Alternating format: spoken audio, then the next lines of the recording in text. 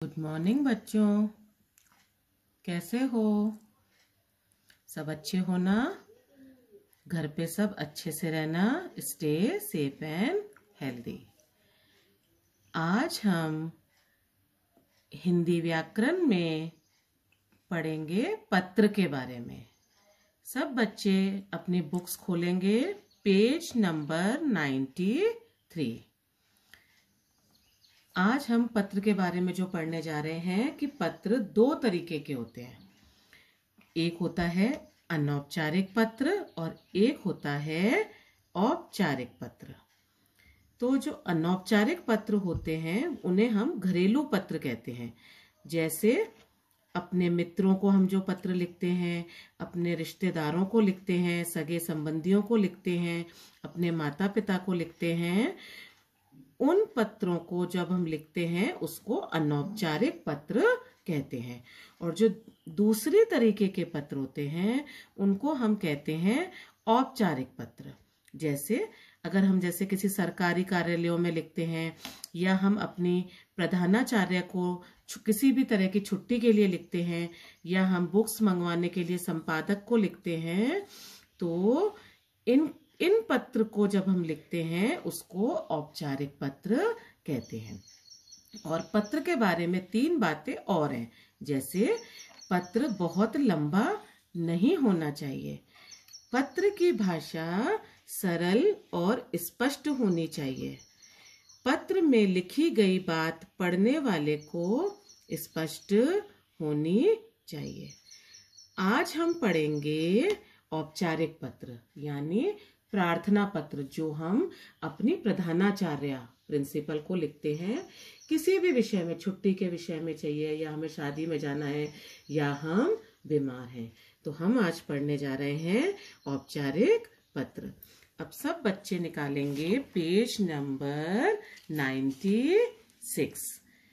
अवकाश के विषय में पत्र।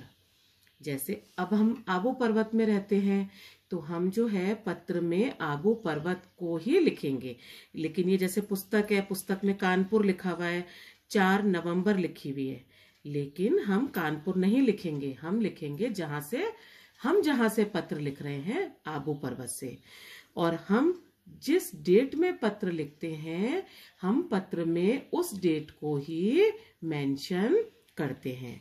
अब हम शुरू करेंगे। जैसे सेवा में प्रधानाचार्य जी, यहाँ प्रधानाचार्य लिखा है आपकी पुस्तक में, लेकिन हमारी प्रिंसिपल एक लेडी है तो हम प्रधानाचार्य लिखेंगे। यहाँ हैप्पी मॉडल स्कूल लिखा है, लेकिन हमारे स्कूल का नाम क्या है? सोफिया हाई स्कूल, आबू पर्वत। विषय, अब हमको लिखना पड़ता है सब्जेक्ट। अब सब्जेक्ट क्या है हमारा? 3 दिन के अवकाश के लिए पत्र। अब पुस्तक में लिखा है महोदय, लेकिन हम क्या लिखेंगे? महोदया। क्योंकि अभी आपको मैंने बताया कि जब कोई जेंट्स होता है तो हम महोदय लिखते हैं, लेकिन जब कोई लेडी प्रिंसिपल होती है तो हम लिखते हैं महोदया। नम्र निवेदन यह है कि मैं कक्षा 3A की छात्रा हूँ। अब यहाँ 3A लिखा है यानी 3rd A, लेकिन जो बच्चे 3rd B के होते हैं वो लिखते हैं 3B। A मतलब अ और B मतलब ब। मुझे कल रात से तेज बुखार है। डॉक्टर ने मुझे 3 दिन तक दवाई लेकर आराम करने की सलाह दी है, इसलिए मैं 5 नवंबर से 7 नवंबर तक, पुस्तक में 5 से 7 लिखा है, लेकिन हम जिस डेट में एप्लीकेशन देते हैं, हम जिस डेट में अपने प्रधानाचार्य को पत्र देते हैं, हमको वो वाली डेट मेंशन करनी पड़ती है। और डेट को हिंदी में क्या बोलते हैं? दिनांक। तो हम जैसे आज ये पत्र पढ़ रहे हैं तो आज 9 जून है, तो हम लिखेंगे 9 जून से 11 जून। जो भी डेट हमें हमको पत्र देना होता है हम वो डेट मेंशन करते हैं। तक विद्यालय में नहीं आ सकूंगी, कृपया आप मुझे 3 दिन का अवकाश देने का कष्ट करें। धन्यवाद।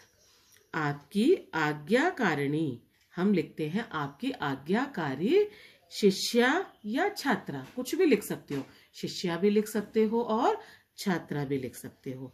अब आपके नीचे जो ये लिखा है ना क ख ग, इसका मतलब आपको क ख ग नहीं लिखना है। यहाँ सब बच्चे अपना अपना नाम लिखेंगे। आपका जो भी नाम है आप नीचे अपना अपना नाम लिखेंगे। यह पत्र मैं आपको भेज चुकी हूँ। सब बच्चे अपनी हिंदी लैंग्वेज कॉपी में लिख लेंगे जिसने नहीं लिखा है। मैं आशा करती हूँ कि ये सबने लिख लिया होगा। Thank you. God bless you.